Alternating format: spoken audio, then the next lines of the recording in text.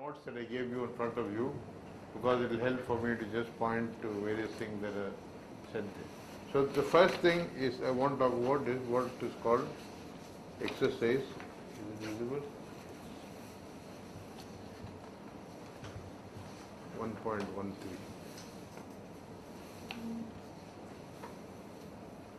Which says that if you have a one-dimensional algebra M, so let me assume that M is a concrete one-dimensional algebra. That means it's an algebra of operators. And suppose you have a net xi, x alpha,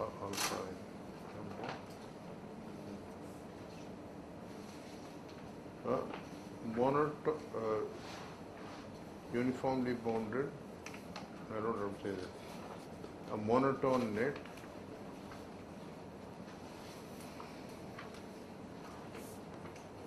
of, I'll just say in M plus. So when I write M plus, I mean all those things in M which are positive. That means they are positive as elements of a C-star algebra. They are the form, they are self-adjoint and have square roots. Okay. So if you have a monotone net, so by that I mean, after all, the index, when I say net, the indexing set is a directed set, it is ordered. So what one demands is that if alpha is less than beta, that implies that x alpha is less than x beta, in the sense of the order on operators. So if you have any monotone net in M plus, then the assertion is x alpha converges. So I should say you are uniformly bounded.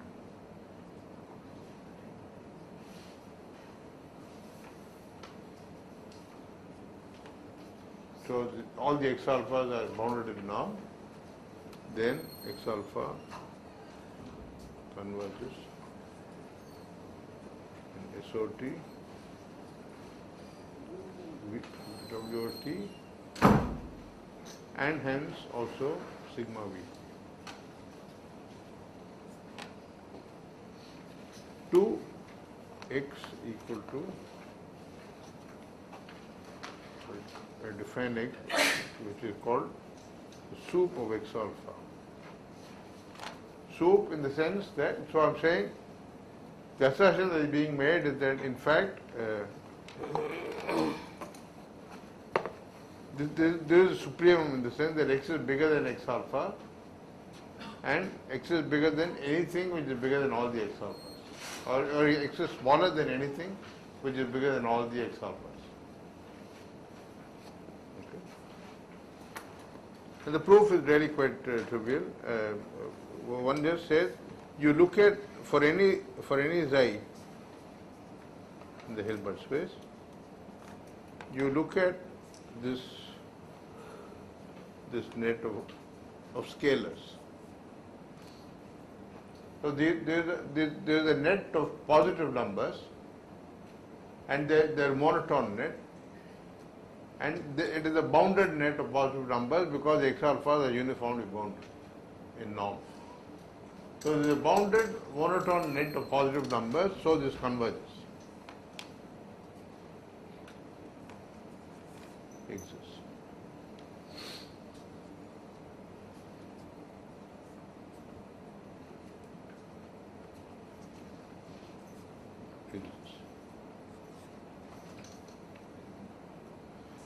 Consequently, by polarization, you can show that x alpha xi eta will converge to, so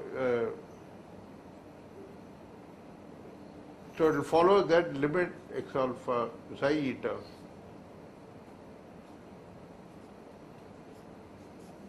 exists for all xi eta.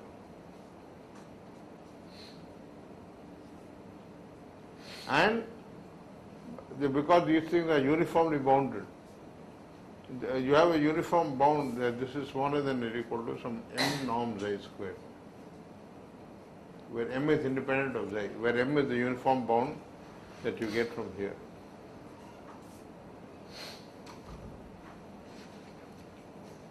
All the x alphas have norm less than M, then it will follow that these orders smaller than M. So it will follow that this limit will define a bounded sesquilinear form on Hilbert space, and consequently must come from an operator in the Hilbert space. If you call that operator x, then by definition it follows that the net x alpha converges to x in the weak operator topology. Is that clear? X alpha xi eta converges to x xi eta for all xi and eta, so x alpha converges to x weak.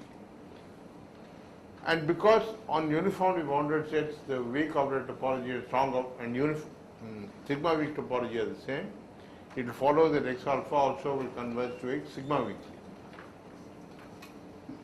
The only thing that remains is that also converges in norm, but that's clear because if you take norm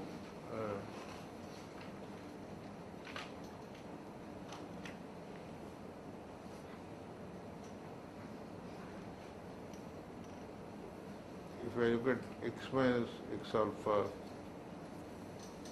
xi norm squared, then this is after all x minus x alpha xi x minus x alpha xi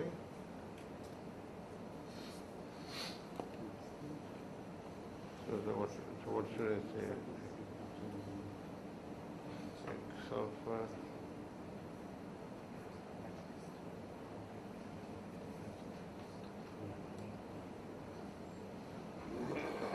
so this also I want to claim that this also converges to 0. You expand this out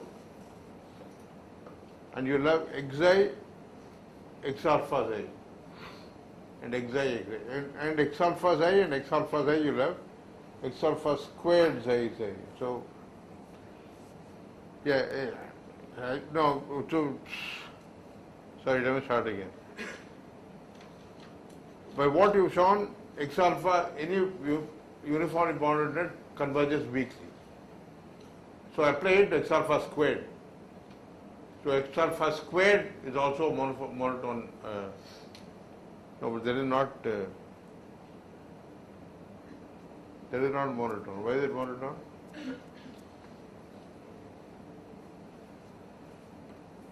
There is some little. Okay, I don't want to. I'll settle this in a tutorial later. I'm stuck at this place. I'll fix it later. So one needs to show from this that in fact, you just need one little trick to make this thing go through, to conclude that in fact you have strong convergence, not just weak convergence. Yeah. No, that's it. So let's leave this for now. So I'll take this as proved. So the strong convergence statement will come back to later. Okay.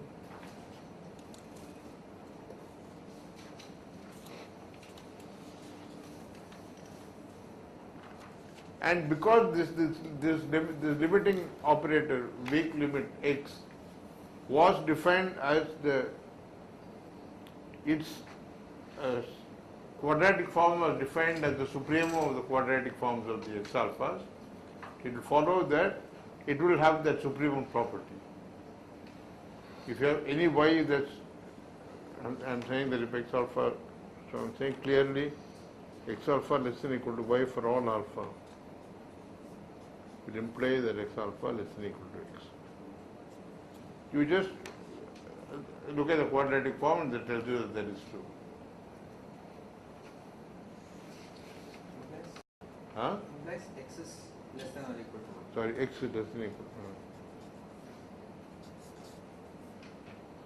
1. Thank you.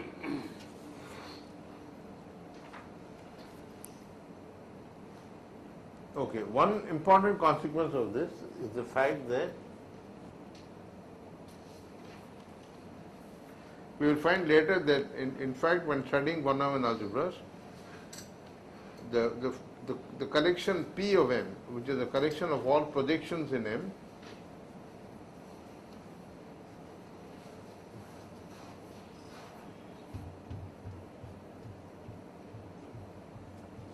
there is a very important gadget associated with one-Neumann algebra.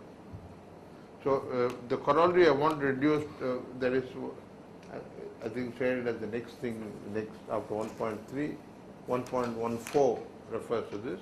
The statement is that Pm is a complete lattice.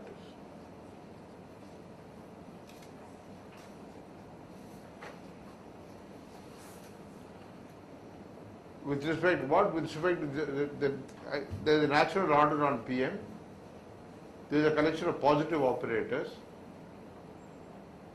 and so the order it inherits from M plus. There is an order in M plus that corresponds to this. So you note that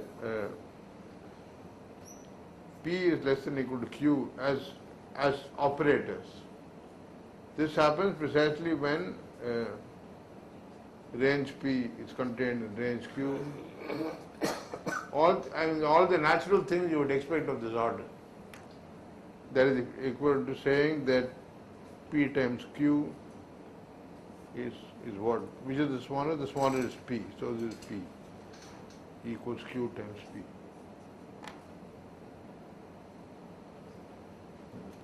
So there is a natural order on this collection of all projections. So what is being stated is that it is a lattice, and it is in fact a complete lattice. That what does this complete lattice mean? That means every subset has a least upper bound, every non-empty set has a least upper bound, and similarly greatest lower bound. Why? Because if I have if P naught is contained in Pm, if I have any collection of projections, I want to say that this has a supremum. So what do? I define a net from this by saying for each, I'll define a net, say lambda P naught. This is the set of all F, where F is finite, a finite set. Look at the set of all finite subsets of P naught. Okay. So now I need to show. So let me show that. No, sorry. Let me go. I'm jumping the gun. So let me first go stepwise. So let me first prove that two projections you can have a soup. If you have projections P and Q, then there is a soup for P and Q. So what should I say about that?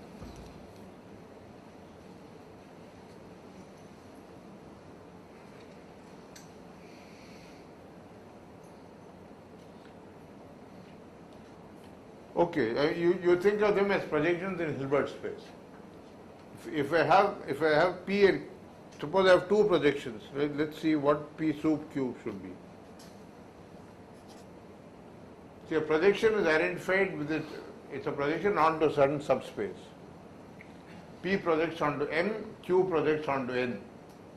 What can P in Q be? That will be even easier. There will be a projection onto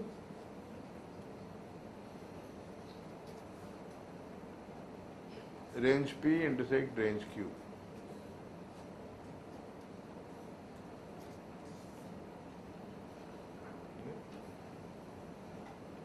That's one way of saying this. Another way of saying this, which is a beautiful fact due to von Neumann.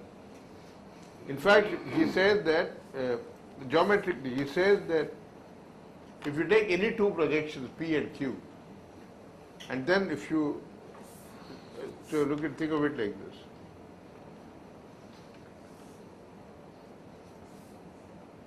Think of P as projecting onto this and Q as projecting onto this. In this case, P in Q is 0 because I have drawn it in the plane.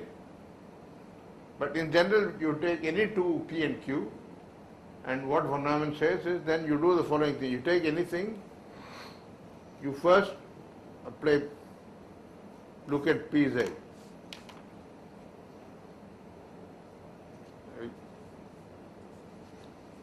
And then you do Q to that. And then you do P to that.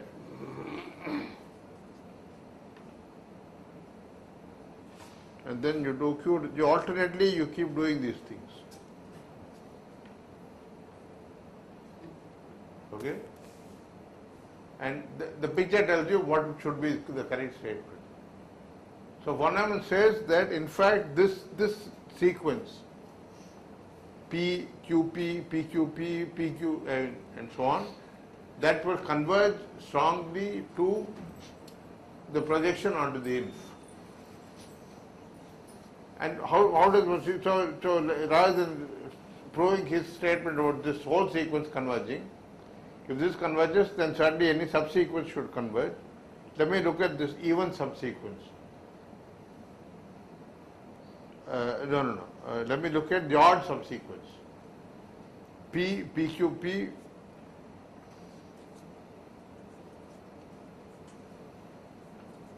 and then the next one will be PQ, PQP, and so on.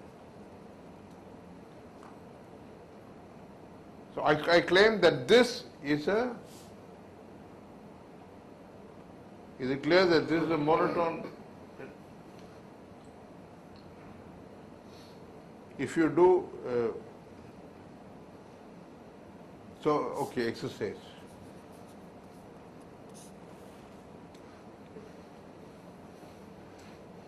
In fact, why should I look at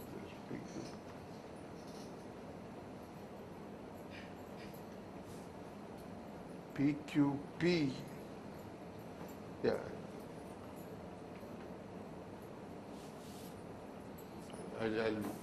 I'm not saying the correct thing. So if I say the correct thing, then the proof will hit you in the face. So namely, I say you look at PQP power n. Look at this sequence. One advantage with this sequence that I've chosen is it is clearly a sequence of positive operators. Right? Is it clear that PQ and any A star XA is positive?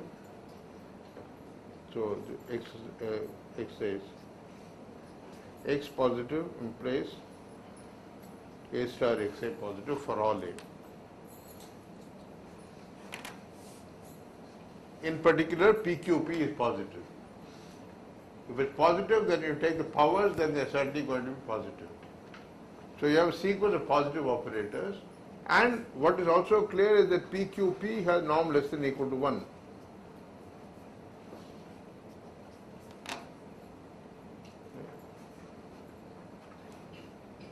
And so by the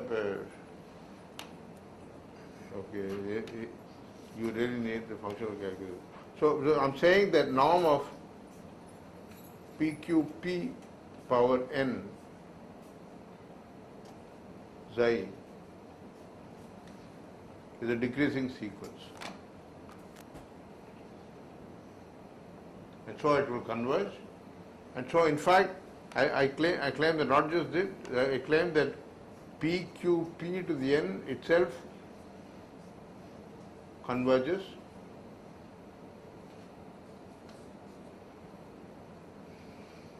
Okay, I'm giving you an operator algebraic proof, but which I need do because I haven't yet got the von Neumann algebra machinery. So now let us take the simple-minded geometric argument. P in Q is a projection onto range P intersect range Q. Because the order for projections is really just inclusion of the range, their ranges. Okay? So it is clear that if anything is smaller than both P and Q, its range must be contained in the intersection. So the projection onto this intersection will certainly be an infimum of these two. And if you have an inflex, and you can similarly define P sub Q, what would this be?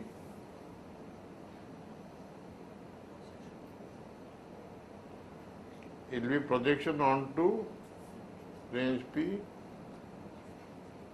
union range Q, except there is not a subspace. So I must take the closed linear subspace spanned by range P and range Q. Then that will be a subspace, and any projection which is bigger than both P and Q, its range must contain range P and range Q, and hence the range being a closed subspace must contain this closed span, and so P sub Q is this thing. So one has shown this way that for any two you can find a sub. By the same argument you can show that for any finite collection you have a super inf. Okay. For any finite collection, if you can find a super inf, then for any collection, so let me forget this thing. So let me go back to the earlier proof. So for any collection, so if I have an arbitrary collection which I call P naught, and then I look at this lambda P naught to be all finite subsets of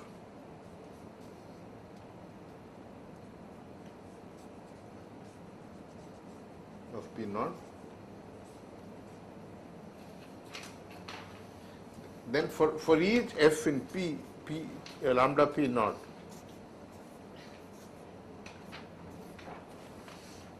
the quantity P sub f equal to sup of all P and P naught. That exists because we proved that finite number of projections have a sup. So for every finite collection I can find a sup. And similarly also inf you can take. And having done this, now I claim that if you look at the collection of all PF, F in lambda P naught, this is the monotone net of projections. Right? If F1 is smaller than F2, then clearly PF1 is smaller than PF2. So this is a monotone net of projections. They're all positive. So it is clear that the limiting operator which is known to exist must exist as a positive operator. So P equals sup PF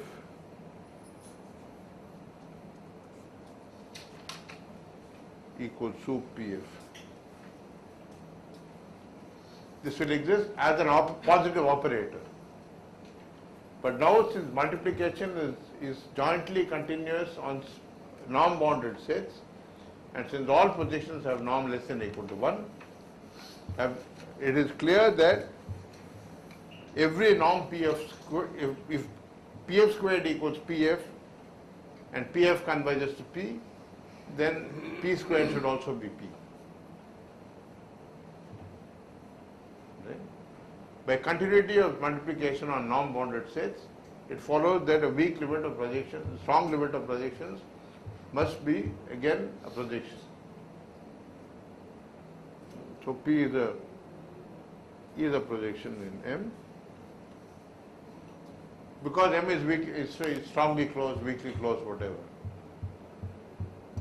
So you've shown that indeed the net of projection, the collection of projections you started with, does have a sup in M, in P of M. So P of M is indeed a complete lattice. Okay. I'm gone now. Okay.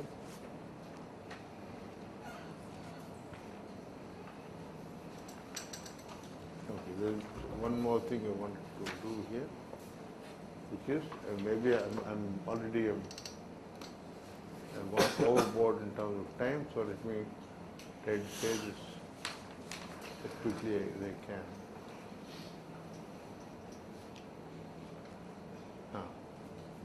No, maybe I shouldn't. I should make sure that this is understood. So I want to now look at exercise 2.3, if you will look at that.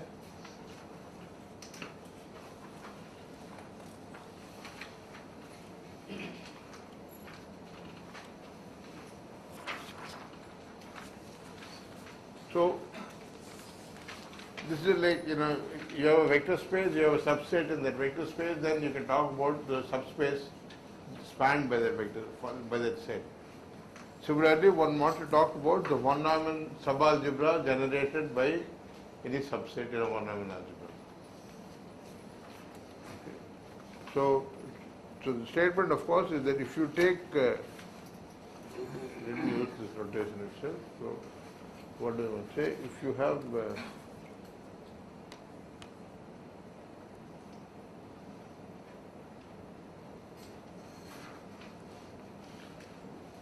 okay, let me just observe one thing. See, we showed that, see strong operators, SOT and WOT are not intrinsic to an abstract one-Neumann algebra. To an abstract one-Neumann algebra, only sigma weak topology is natural.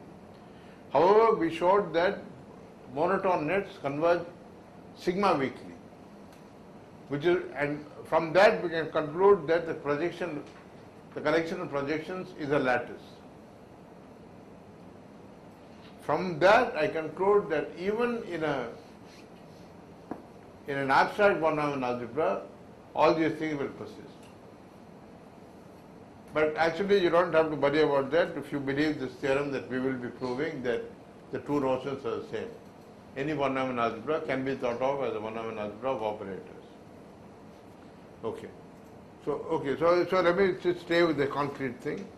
So suppose you have a collection subset of B of H.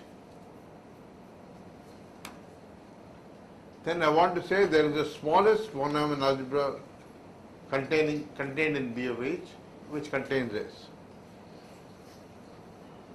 I want to say there is something which I will denote by W star of S. Yesterday, Vijay Partho used the notation C star of X to mean the C star algebra generated by X and 1. So similarly, one can talk about the one-Neumann algebra generated by any set. So what is this? Such a thing exists. So as in all these categories, one can, there is a general nonsense proof of the fact that such a thing exists by saying that B of H itself is a one-Neumann algebra containing S. You take the intersection of all one-Neumann algebras containing S, that is again a one-Neumann algebra containing S, and that is the smallest one which contains S. But that is delightfully hopeless if you want to do anything with the generated one-Neumann algebra. So another constructive description of the generated one-Neumann algebra is the following. So if a one-Neumann algebra wants to contain S, you just see who all it is forced to contain. So first, if it contains S, it must contain S star, and it will contain 1.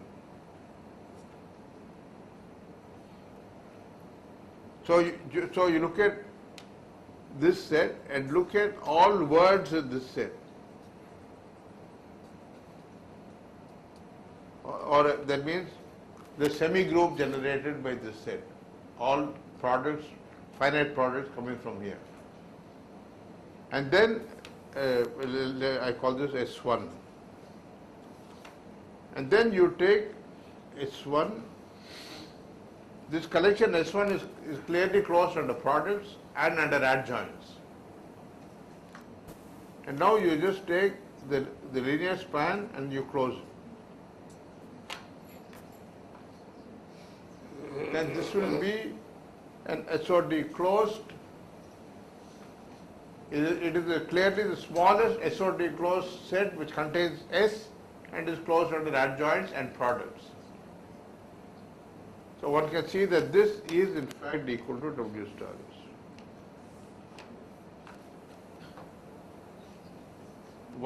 To find the one-Neumann algebra generated, you just take words in that collection and its adjoint, and then take the linear span closure. That is the one-Neumann algebra generated. Okay. So corollary,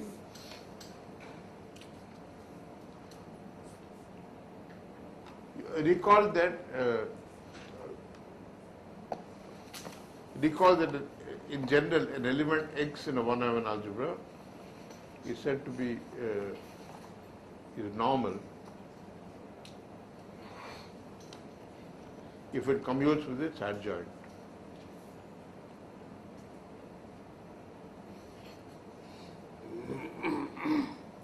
So I'm saying what.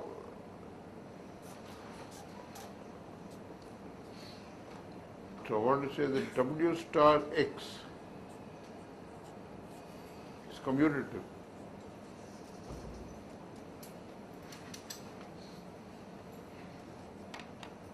If I don't leave, X is normal.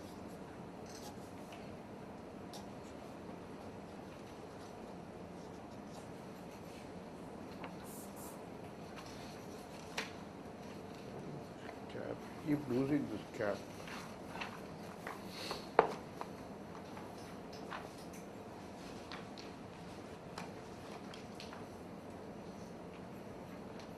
It's still legible, no? Here the thing, the ink is running dry, it looks like, but you can see it clearly, right? Okay. One implication should be obvious. If W star X is commutative, that means any two things in here commute, then since this contains X and X star, X must be normal. Conversely, if X is normal, then observe that any two things in this S1 commute, because you're taking words and commuting symbols. And so you take any two words, then you can rearrange them any way you want because the symbols commute. So S1 is commutative, and so is its closure.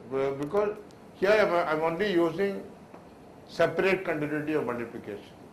See, I'm saying that if I have, so if S1 is commutative, I want to say this is commutative. That means for any two X and Y in S1, I know that X and Y commute. Now let me take an X prime and I want to say that any two things in this closure commute. So I don't say just, let me say here that anything here will commute with everything here. Because there is a linear combination of things here and multiplication is separately continuous. That is enough for me to conclude that X prime being a big limit of things from here is going to commute with this. If X prime commutes with everything in Y, now you show that any Y prime will commute with anything in X prime. Again with the same separate continuity. Okay. Both left and right. Huh? Both left and right. Separate continuity. Yeah. Both. Yeah. Okay, so now I'm ready to finally state the spectral theorem.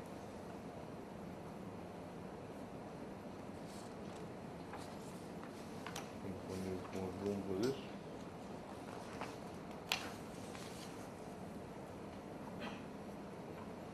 How am I doing for time now? 10 minutes back.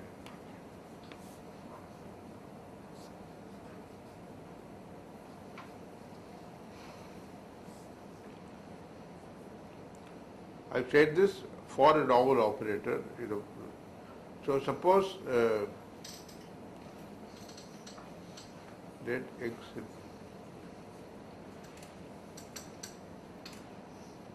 M be normal.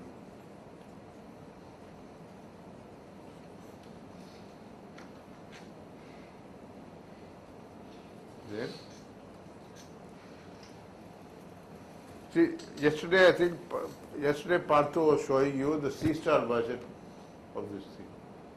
If you have a normal element, then he showed that C star X was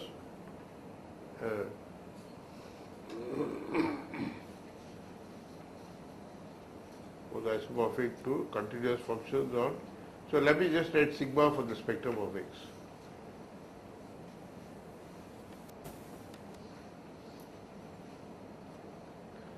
He showed that C star X was isomorphic to C sigma, and in fact he proved that there is a unique isomorphism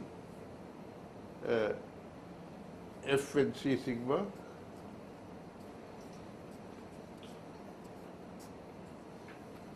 to Fx in C star X.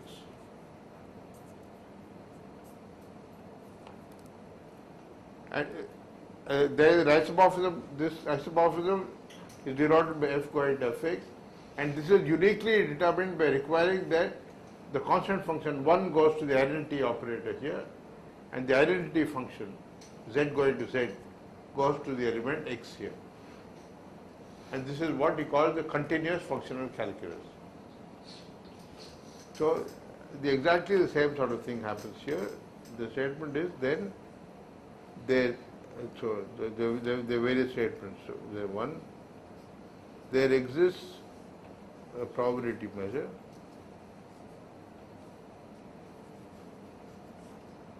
mu on sigma x and an isomorphism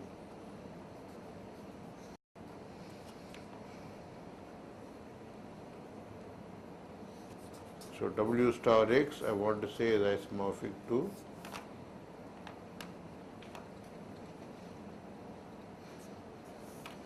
so I will use the same thing.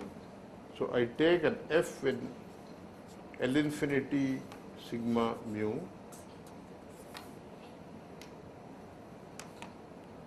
so the assertion is that L infinity sigma mu is isomorphic to W star x, and that isomorphism one is denoting by taking an f in L infinity sigma mu and the image of f under this isomorphism one calls f of x. This is the so-called measurable functional calculus. Earlier you were able to make sense of this functional calculus for continuous functions. There is a whole theme of this. You start with polynomials, then holomorphic functions, then continuous functions, then measurable functions. So there is an isomorphism. What do I mean by an isomorphism? There is a one-Neumann algebra isomorphism. L infinity you know is a one-Neumann algebra. So that means this isomorphism respects the sigma weak topologies in both places. The sigma weak convergence here is convergence when you hit it against any L1 function. So actually this continuity is I think best understood in the following language. In fact you can say that this isomorphism pi is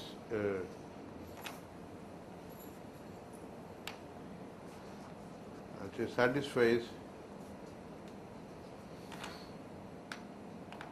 the dominated convergence theorem. You will see dominated convergence theorem in measure theory. So what I am mean by that is, if you have a sequence of functions Fn, it's enough to look at sequence. I'm only looking at bounded sets there. So if you have a sequence in L infinity and uniformly bounded, in the sense of dominated convergence. So, and suppose Fn converges to F almost everywhere, and suppose mod Fn is less than or equal to G for some G in L infinity,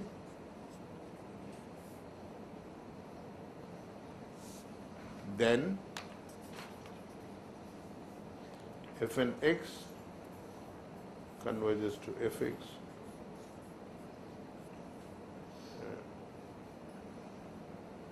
SOT or sigma v. Because I'm being abstract here, I'll just say sigma v. But in the concrete case, it doesn't matter which one you choose. So and this requirement really captures the essence of the continuity requirement of this mapping.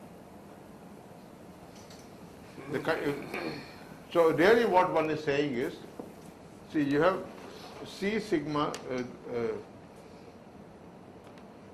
C sigma is contained inside this,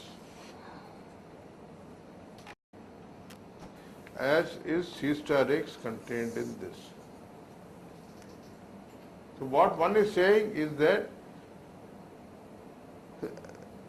this isomorphism from C sigma to C star x, one is saying that extends to an isomorphism from L infinity mu to W star x for a measure mu that one can find so associated to the x, in such a way that this extension satisfies this dominated convergence.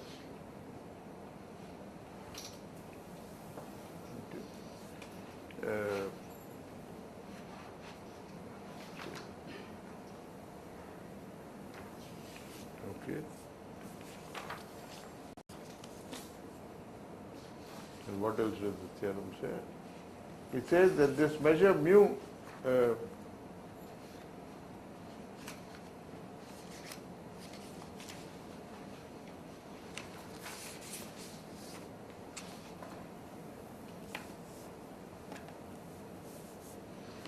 the measure mu, see, if you notice, L infinity mu does not really see mu. The measure mu is really irrelevant for L infinity mu. The only thing that is relevant is what the mu null sets are. Because even the norm in L infinity mu is an essential supremum. You are allowed to discard sets of measure 0 and then look at the supremum over the others. So I am saying that if a measure nu and mu are mutually absolutely continuous, then L infinity mu and L infinity nu are really the same. As Banach spaces, they are the same. Even the norm is the same.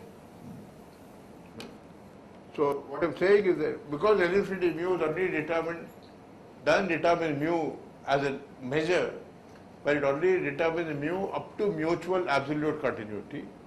So what the theorem is that the mu is uniquely determined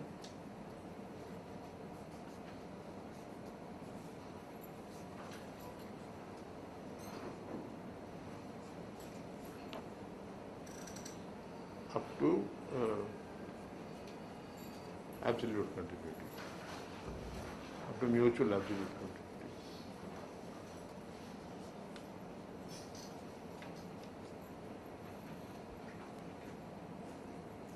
That is, the normal operator also picks out a measure class uniquely.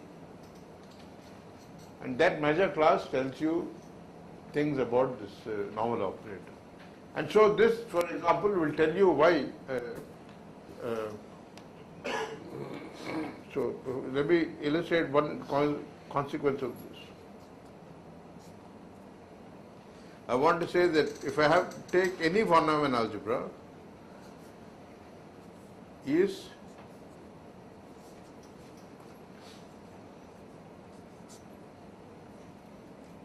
in fact it's even stronger. So let me say is actually span of PM norm closure.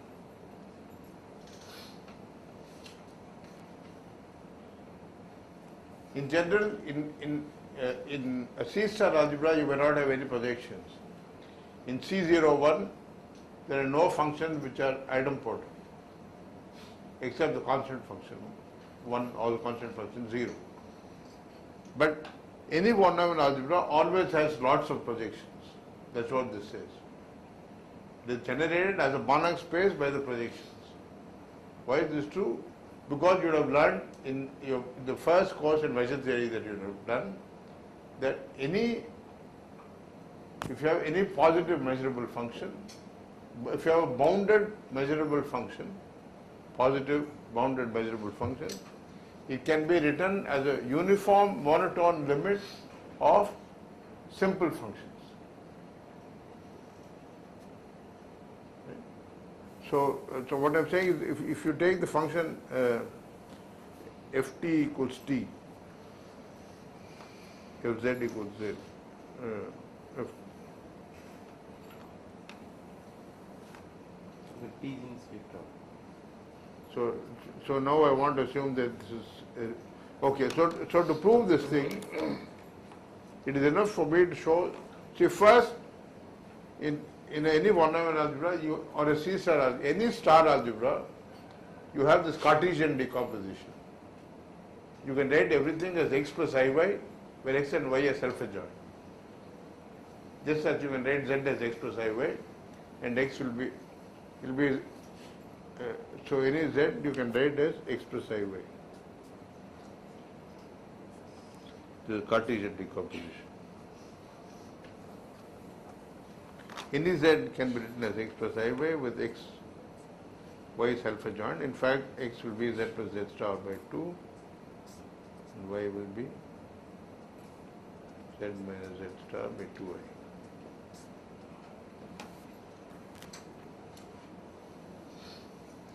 So it is enough for me to show that any self-adjoint element of M is in the norm, in the span, norm closure of the span of Pn. So if X is self-adjoint now, You mean to write y, so that is y. Okay, fine. yeah. If X is self-adjoint, now I appeal to the spectral theorem that I had before.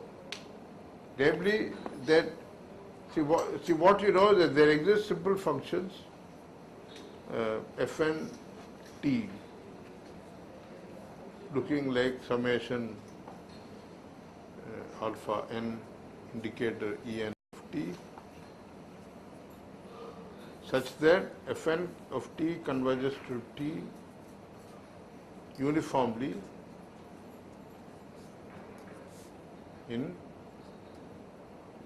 on spectrum of x.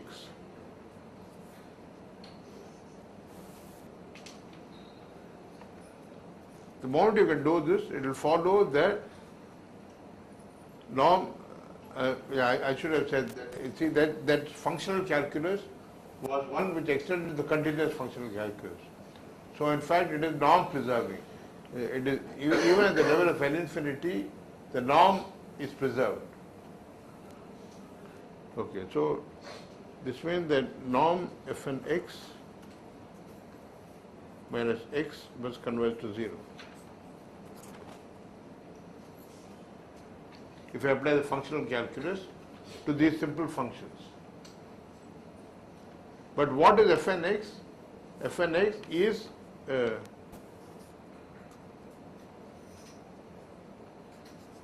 alpha n indicator En of x.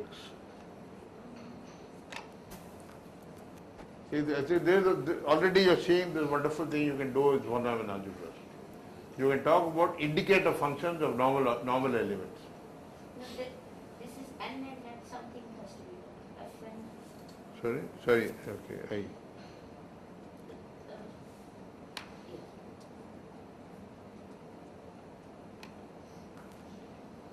This will depend on n also. So anyway, it is some linear combination of simple forms, indicator functions. Right? So I hope I have convinced you of this theorem that linear combinations of projections will generate everything. In fact, what one sees is that there is another notation is used for these things.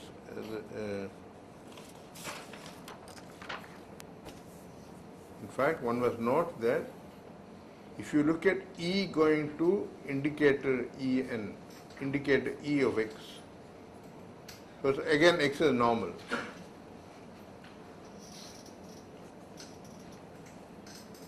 So look at this map. This goes from where? From the Borel subsets of the spectrum of x to projections in W star x.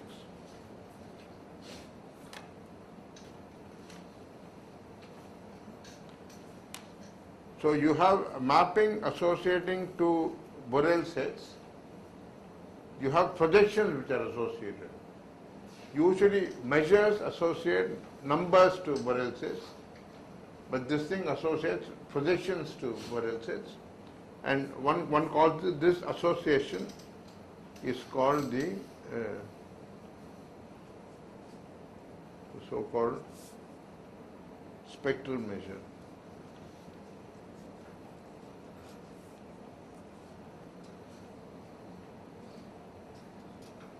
Of X. It is in fact a measure. So what do I mean by that? If E is disjoint union En, when you say measure, what do you mean? It is countably additive. If E is partitioned into sets En, then the measure of E must be the sum of the measures of Ens. So one is saying exactly the same thing, that 1E, this projection, is in fact the sum over n 1En of X. That means one is saying that in fact if Ens are disjoint, that means indicator En, indicator Em equals 0 for n or not equal to n. So under the functional calculus, that translates to the statement that the associated projections En and Em will be orthogonal projections. And hence the sum of orthogonal projections will be an orthogonal projection, and this infinite series is to be interpreted in the strong sense, strong or weak or whatever. If you have a sequence of pairwise orthogonal projections, then their finite sums will form an increasing sequence of projections. By the first proposition that one saw today, those will converge SOT to again a projection. Okay. So am I said? Okay. So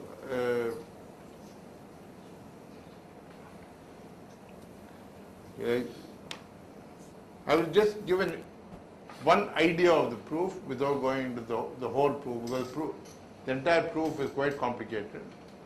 The entire thing is how you get a measure from the normal operator. Right? So the key idea is to consider the case where, so I'll give you a sketch of proof. The proof hinges on this idea. Suppose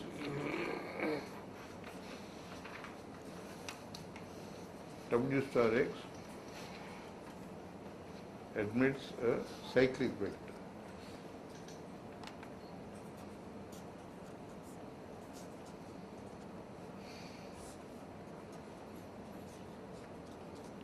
What do I mean by that? I.e., suppose there exists a vector psi in the Hilbert space such that you move psi around by all the operators coming from W star X.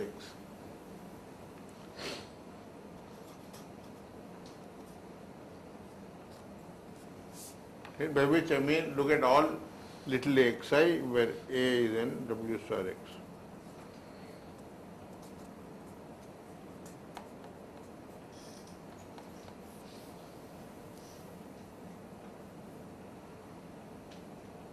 So, since W star is an algebra, it is a vector space, it is clear that this is also a vector space. And so, assume that this vector space is dense.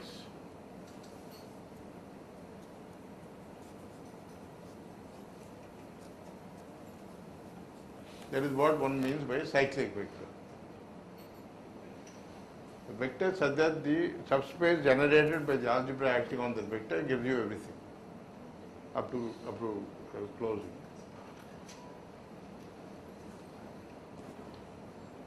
Okay, in this case, the idea is, so I need to lay hands on that measure.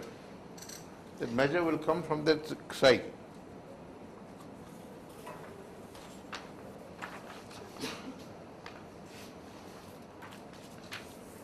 So you look, so now I want to say that you look at this thing, you look at fx, say, gx, say, where f and g are in L infinity mu. No, I don't have mu. So I have a functional calculus, measurable functional calculus for this x. No, let me stay with continuous functions for the moment. Let me say with fg in c star x. In fact, I should have pointed out that requiring it to be cyclic for w star or equivalently c star, it doesn't make a difference, because c star x is in fact norm dense is strongly dense in w star x. So from there it will follow that if I have a in w star x, then I can find bn's in c star x, which such that bn xi will converge to xi, and so the cyclic subspace generated by c star xi will be the same as w star x. Okay, assume that you have it for c star x as a cyclic vector. Then for fg in c star x, we know we have the continuous functional calculus. Look at this quantity, then this is what? This is gx star fx xi xi, which is g dot f bar of x xi xi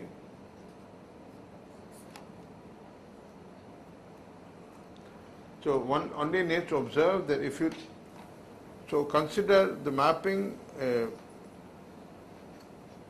running out of symbols, phi in Cx. Consider the mapping Cx. Take an element h in Cx, send it to h of x, xi xi. F and G from C star X. C of sigma. Sorry, C of sigma x. Thank you. I should have said fx and gx in C star x. No, before going to that, just look at this mapping.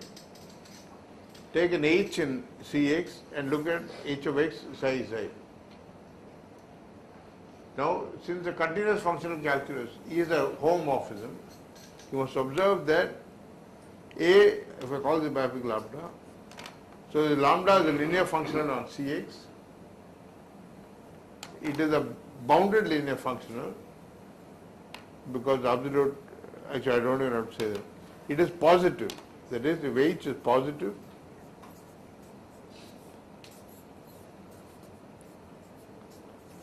because the functional calculus will send positive elements to positive elements in C star algebras. So if h is a positive function, hx is a positive operator, right? Because h to z is positive means it is the square of a real function, which will translate to saying that h of x is the square of a self-adjoint function element. Okay, so this is a positive functional, and the celebrated Rees representation theorem tells you that there exists a measure mu such that lambda x, lambda f equal to integral over sigma f d mu. So it is sigma. Sigma. Sigma is the spectrum of x. You have a positive linear functional on C sigma, then this is obtained by taking the integral against a positive measure. And I shall observe that if something has a cyclic vector, without loss of generality, you can assume that norm psi equals 1. If psi is a vector, then 17 times the vector is also a cyclic vector. So you can assume that psi is a cyclic vector. What that translates into is that what is lambda of 1? It will mean that integral of sigma d mu. So the mu is a positive measure.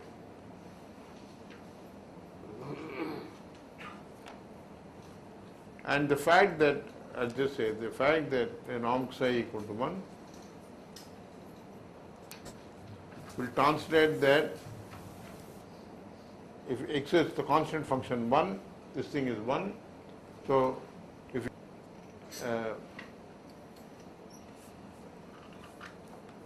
actually this is, if I can continue this equation, so this, you will say this is equal to integral g f bar d mu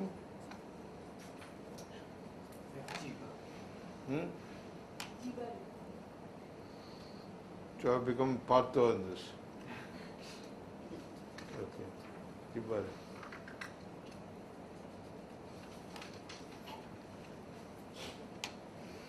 Which is the inner product between f and g in L2 mu.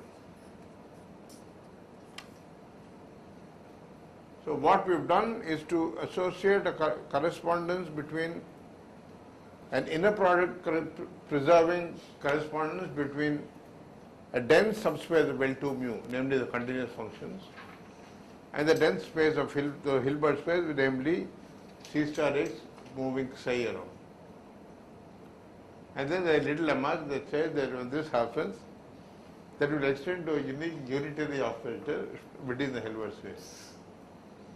So this will say there is a unitary operator, this extends, there exists unique unitary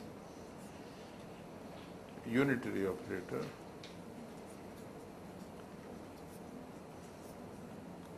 So the reason I am laughing so much is that there is a favorite statement of KRP's. This statement that we have two Hilbert spaces and we have two total sets in them, xi and yi, which are psi I and eta I, which are indexed by the same collection, such that the pairing psi I to eta I is an inner product preserving one. Then that extends uniquely to a unitary operator between those Hilbert spaces. And he once told me that all of statistics depends on this fact.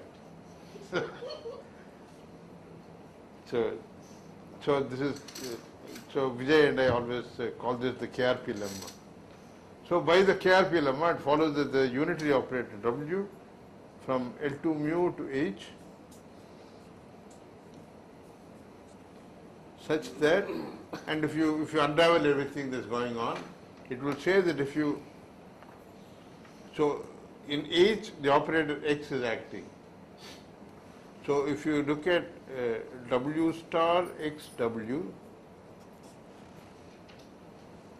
that will be an operator in L2 mu. This will be multiplication by Z. By which I mean this is the operator on L2 mu, which is multiplication by the independent variable Z. MZF of Z equals Z of Z. It is the operator of multiplication by Z. In fact, everything has been rigged up to make sure that this thing conjugates X to this multiplication operator. And so there is kind of infinite dimensional diagonalization. So you diagonalize X, the analog of a diagonal operator is a multiplication operator in L2 mu. And the general case, one must exhaust it using that is some bookkeeping that I won't get into. I said I just indicate what happens in the special case, and so this is how you get when you have a cyclic vector. The general case is built on this and some clever bookkeeping. Okay. So now let me keep track of my notebook so I know how I'm doing for time.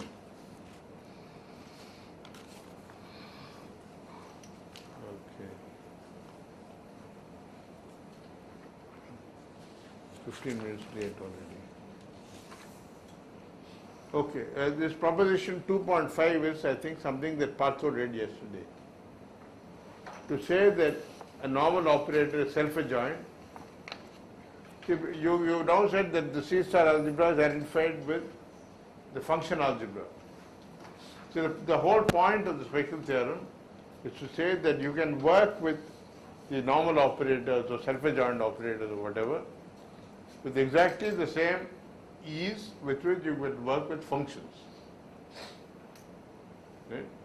So to say that an element is self-adjoint is the same as saying through that functional calculus, when you identify that x as a function on its spectrum, x is identified with the identity function z going to z.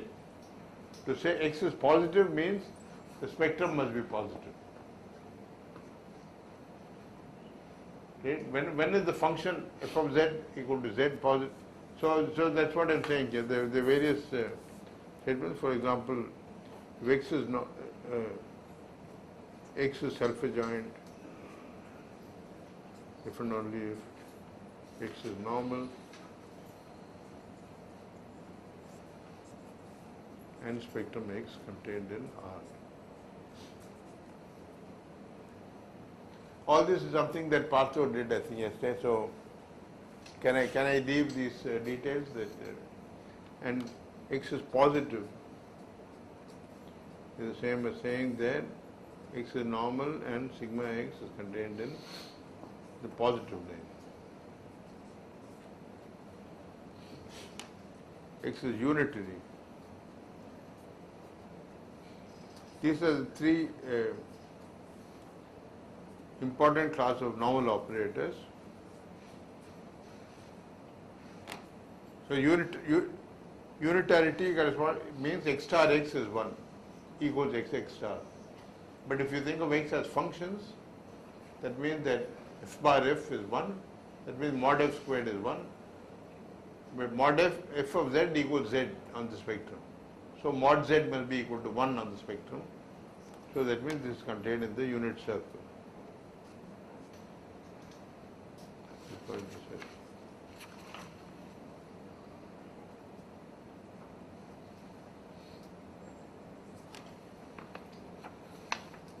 And in fact, if x is positive, there exists, in fact, there exists a unique positive y such that x equals y squared.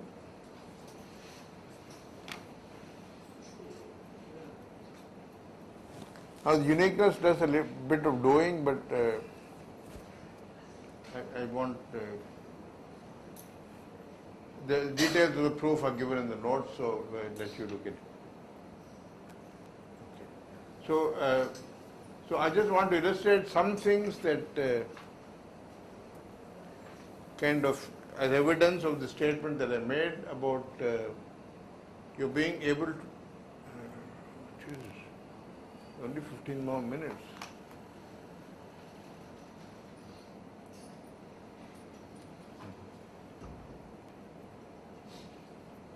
Yeah, I should go to the polar decomposition. There are various exercises here which tell you that you can relate anything using the functional calculus. See, for example, this is a useful fact that one. Okay, so here is the fact that any, in fact, we raise a C-star algebra.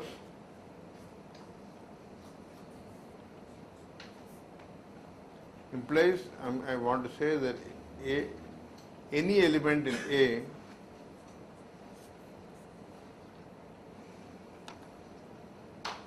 for all A in X can be written as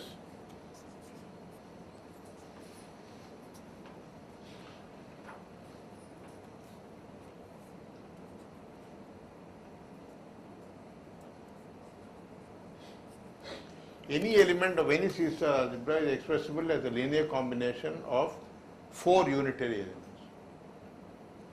Okay. And this is a useful fact. I will indicate why in a moment.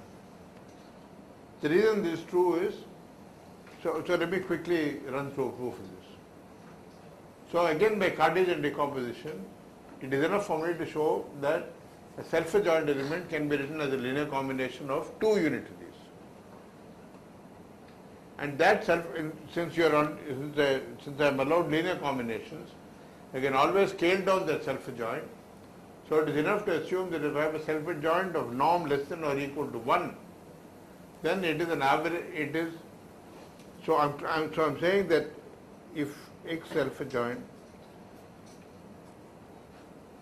and norm X is less than or equal to 1. What does it mean to say norm X is less than or equal to 1 for a self-adjoint X? In terms of the spectrum, it means that it is the same as saying spectrum X is contained in -1 to 1. Right? So I am saying that any such self-adjoint is expressible as an average of 2 unitaries.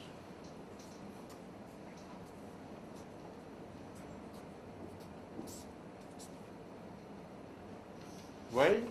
Because if I look at the -1 to 1, if I take any real number, I can write, we call it u plus and u minus. If I have t here, I'll call this as t plus and t minus, u plus of t and u minus of t. That is, u plus or minus t is t plus or minus I square root 1 minus t squared. And clearly, u plus or minus t now are continuous functions on the on -1 to 1, and hence on the spectrum of X, which take values on the unit circle.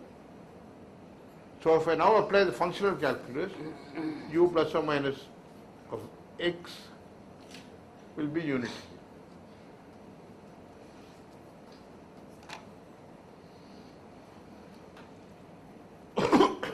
And so I would have written, and because t is clearly equal to u plus t plus u minus t over 2, that will translate to saying that x is going to be u plus x plus u minus x.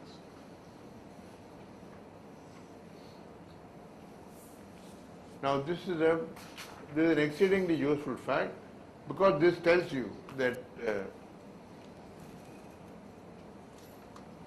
there is one thing I always try to say in any kind of lectures on one-dimensional algebras, that this seemingly innocent fact tells you that a one-dimensional algebra, let me say it this way, is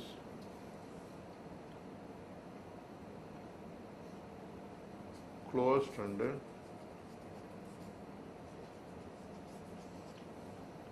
all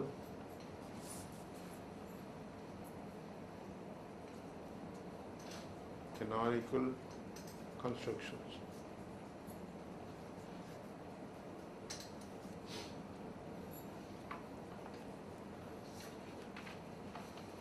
If you can do anything naturally, starting with objects in a one-dimensional algebra, you can never get out of it.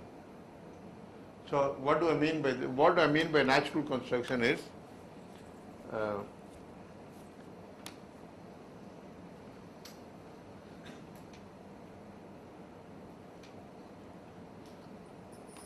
I'll illustrate the following thing. So, for example, I want to say that, but I knew, if I have a normal element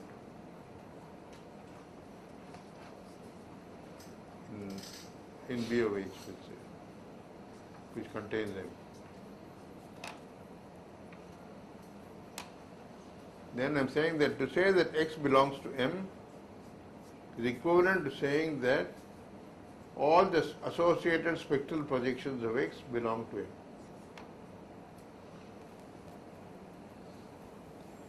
Take the spectral theorem, the spectral measure, the association of a spectral projection to a normal operator is a canonical construction. What do I mean by canonical construction? What I mean is this is canonical. So X going to 1EX is canonical. By this I mean if I replace X by something unitary equivalent, and if I want to take indicator E of Ux U star, the canonical construction means I'm just Ux U star is like changing bases. You could change the coordinate frame and look at it from a different angle. That's all.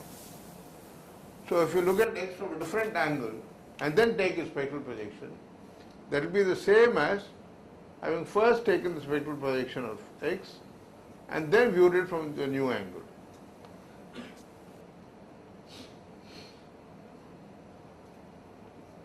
See, this kind of unitary conjugation is a natural automorphism of the algebra of all operators.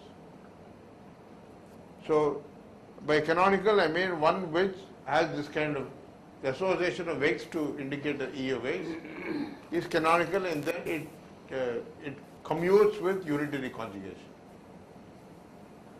Okay, so why is this true? Because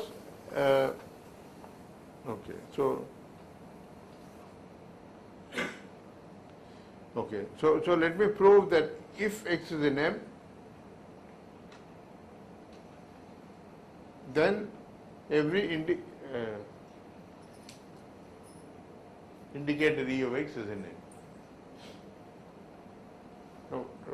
No, that is clear. What do I want to say?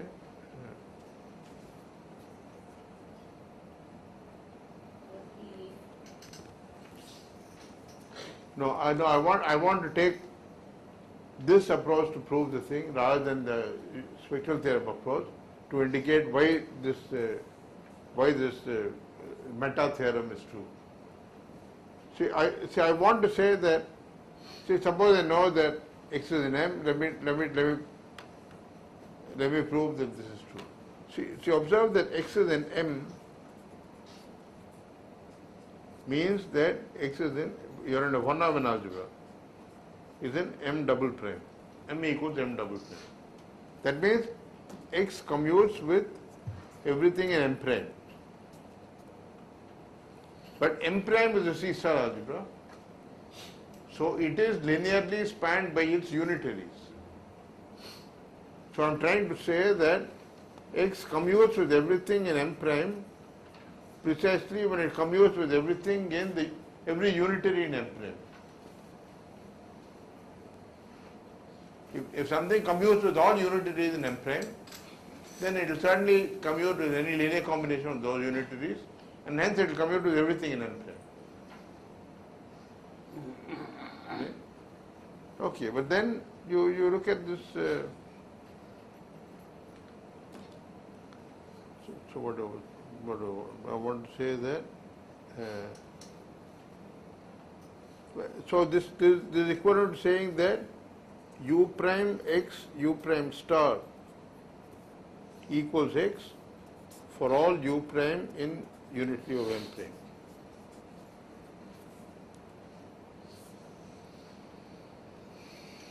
Okay. I'm writing down the statement of belonging to the commutant of the unitary operators as saying it is invariant under conjugation by those unitary operators. But then if you see what I've said over there, this says clearly that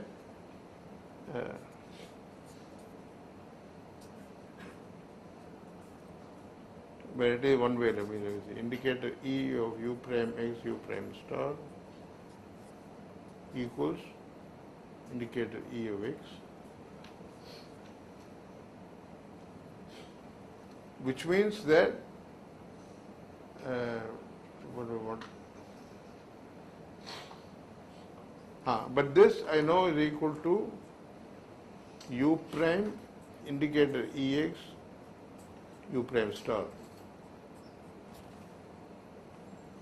So if indicator E of x is an m, it will commute with everything in m prime, and so this thing will just give me indicator E of x. It's other way. Huh? It's other way here. Since it commutes with everything, every unitary of the m prime, it therefore belongs to M. Therefore, this belongs to. Therefore, once a b of x is in M. Yeah. Yeah, once a b of x is in yeah, is in M. It commutes with every unitary in M prime. And similarly, if you have a family, if you have a monotone net in M, so if this increases, let's say, to some limit x, then this also is a kind of canonical, this x is the soup of this family. So ux alpha u star will converge to ux u star. So if all the x alphas are in M, then x must also be in M.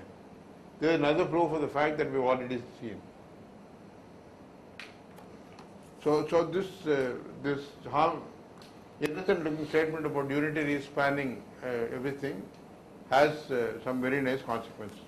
Now to see the other thing, I in fact needed. Okay, so let me get started on this. This I was supposed to have finished the second lecture, and even after 3 it looks like I won't have finished it. Question?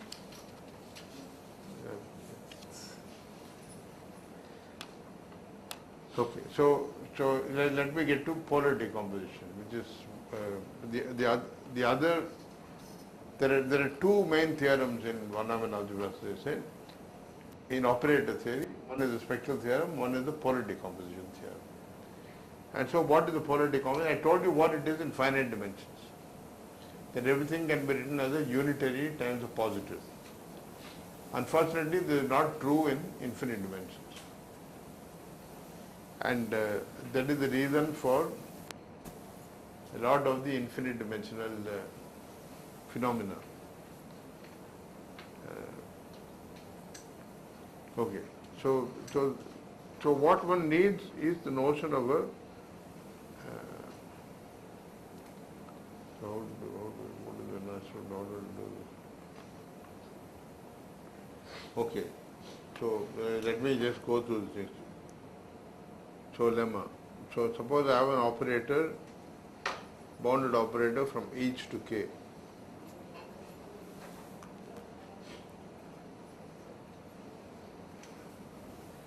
Then I want to say that kernel of x equal to kernel of x star x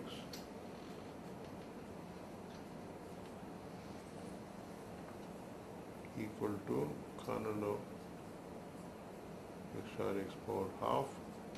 So there was this thing that I said earlier about every positive operator having a unique positive square root. So that we will just denote as z power half. It is the result of the functional calculus applying to the square root function on the 2x. Okay, so x star x is always positive, so you can make sense of this power half. And I want to say this is equal to range x. I will write perp here rather than putting bracket, write range x perp.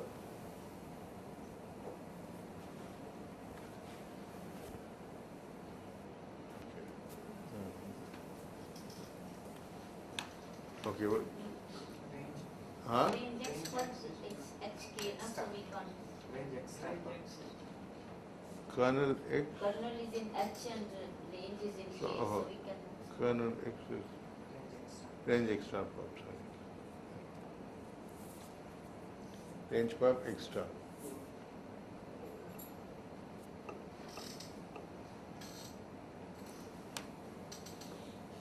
So also, by taking further perp, if you take kernel perp x, that will be, if you take double perp of any space, that will be the closure of that space. This is range x star closure.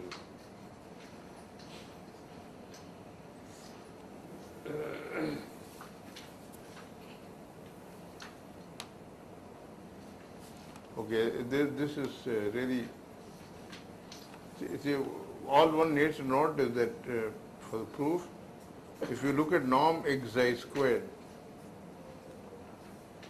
that is equal to x star x xi xi.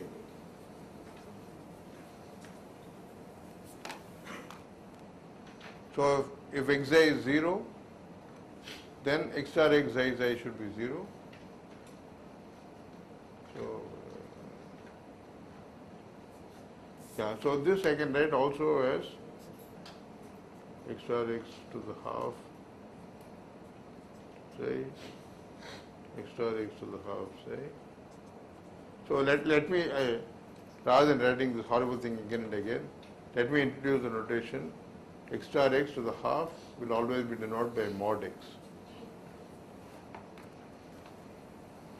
For any operator x, I will write mod x for the positive square root of x star x. So note that mod x and mod x star are not the same, they are not even operators on the same space.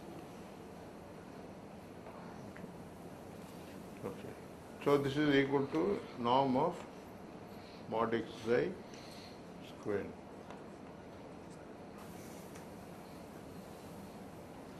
And so we see that now this is 0 precisely when this is 0. So this shows that kernel x and kernel mod x are the same. Right? And there is a little exercise that if you have a positive operator, it and its square have the same kernel. And hence that is why this is true. So the only thing you have to do is this verification. So what does it mean to say that xi is 0 if and only if xi eta is 0 for all eta,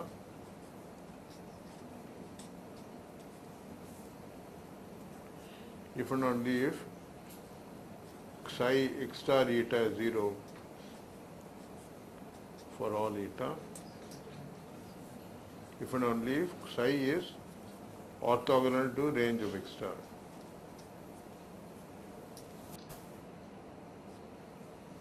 So we indeed proved that that identity is true. So this is the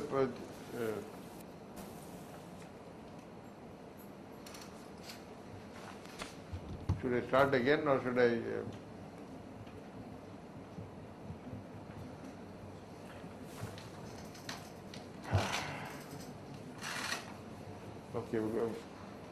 Okay, let's do this next time. So this is really the key ingredient in the polar decomposition. So we'll do it next time. It'll take another 15 minutes to finish.